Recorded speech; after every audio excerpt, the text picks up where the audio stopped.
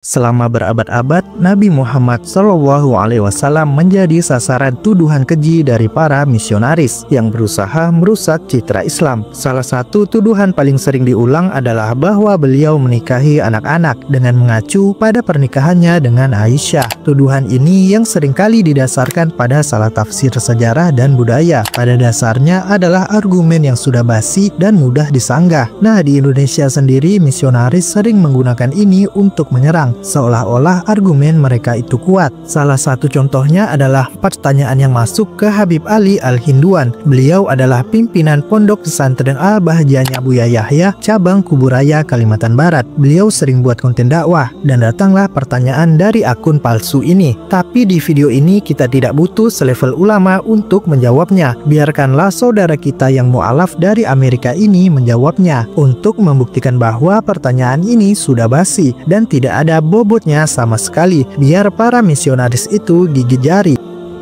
Beliau adalah saudara kita bernama Kenyan, mantan Kristen yang masuk Islam dari Amerika Serikat. Cahaya Iman sudah pernah bahas Kenyan sebelumnya. Yang belum nonton videonya boleh ditonton juga. Di video ini Kenyan berhasil membuktikan tuduhan itu tidak benar. If you're somebody who thinks Prophet Muhammad from the Islamic religion is a pedophile, I can prove to you that Muhammad was not a pedophile in less than a minute.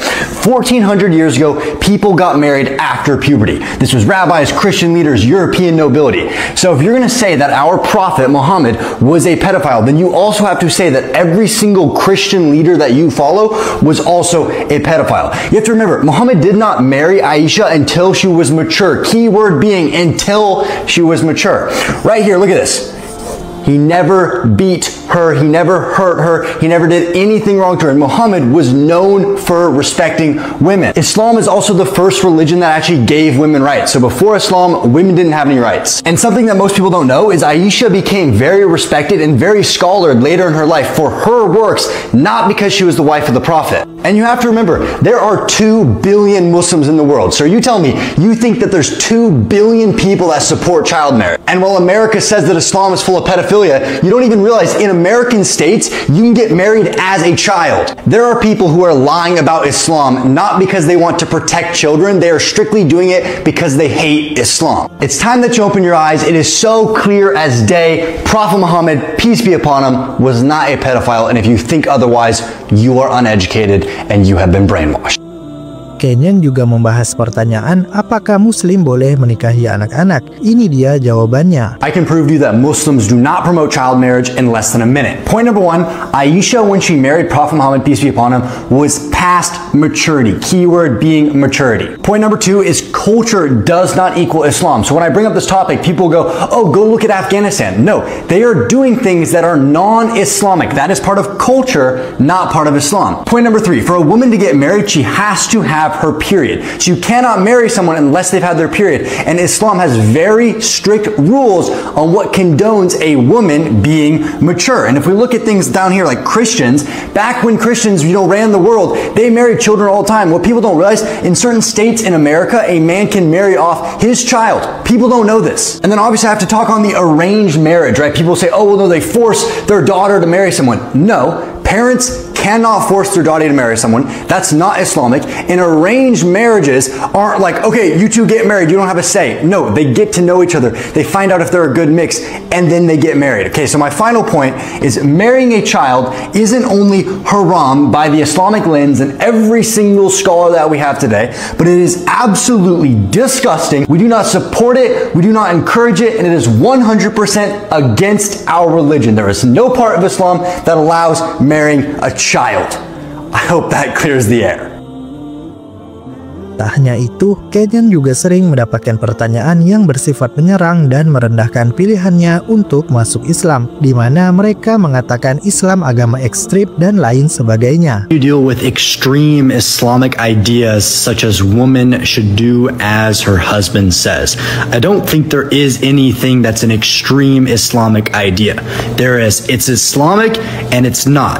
So if it's Islamic and we know it's true and it's in the Quran, okay, we follow it, we agree with that. If it's not, then that's someone else's view that they made up. That's my philosophy. Dan ini alasan Kenyan mengapa memilih Islam. Did you choose the Muslim religion Islam? I chose it because have you ever met a Muslim who doesn't absolutely treat everybody with kindness? And I hadn't. Everybody that I'd met had treated me with utter respect and utter kindness. So it intrigued me to look into the religion. Once I looked into the religion, I found it was the truth. I read the Quran. It was clear as day for me. And that is why I chose Islam over other religions. Bahkan ChatGPT pun bisa membuktikan agama Islam adalah agama yang benar. I can convince you that Islam is the one true religion and every other religion is false in 15 seconds. And I just found out about this right now. It is absolutely crazy. The words man and women are both mentioned 23 times in the Quran, and we have 23 chromosomes. The word land is mentioned 13 times, and the word sea is mentioned 32 times.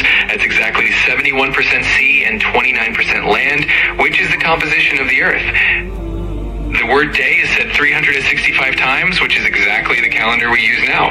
And it doesn't stop there. The word month is used 12 times in the Quran, and that corresponds exactly with the number of months in our calendar. The Quran also mentions that the heavens are always expanding, and we now know that the universe is constantly expanding. Think about that. That is absolutely insane. The Quran was revealed 1400 years ago, and we have all of those things now, and some of those things we haven't even discovered until the last 100 years. There's no possible way that's a coincidence. If you look at it objectively, Islam is the truth. You cannot prove it wrong.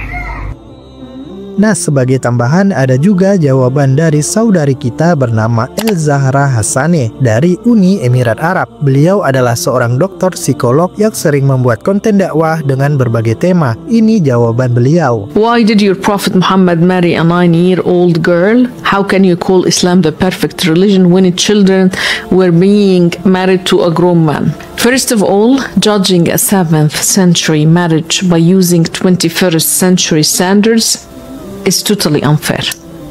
Because at that time it was common across many civilizations for girls to marry as soon as they reached puberty.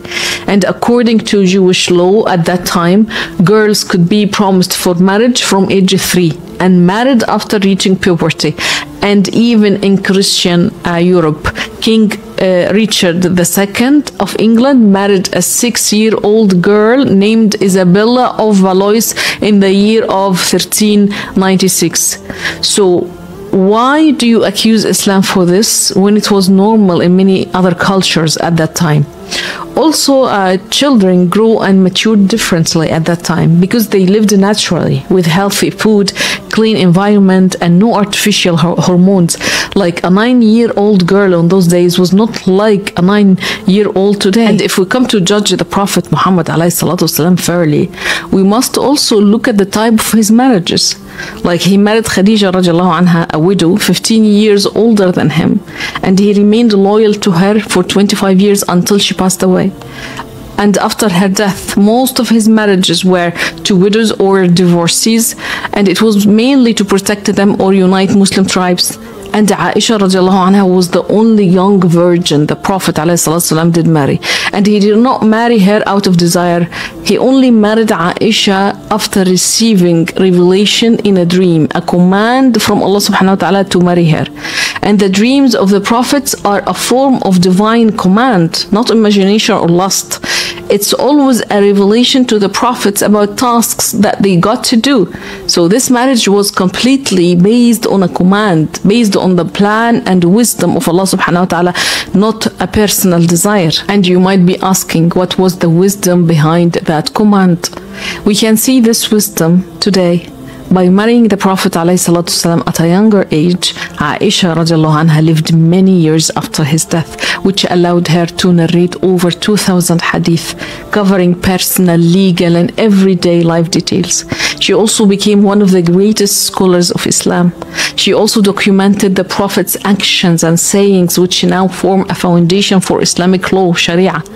And without her close relationship with the Prophet and strong memory, we would have missed many important parts of his life, like rulings about prayer, purity, and family life. This marriage wasn't by coincidence or out of desire. It was a part of the plan of Allah subhanahu wa ta'ala.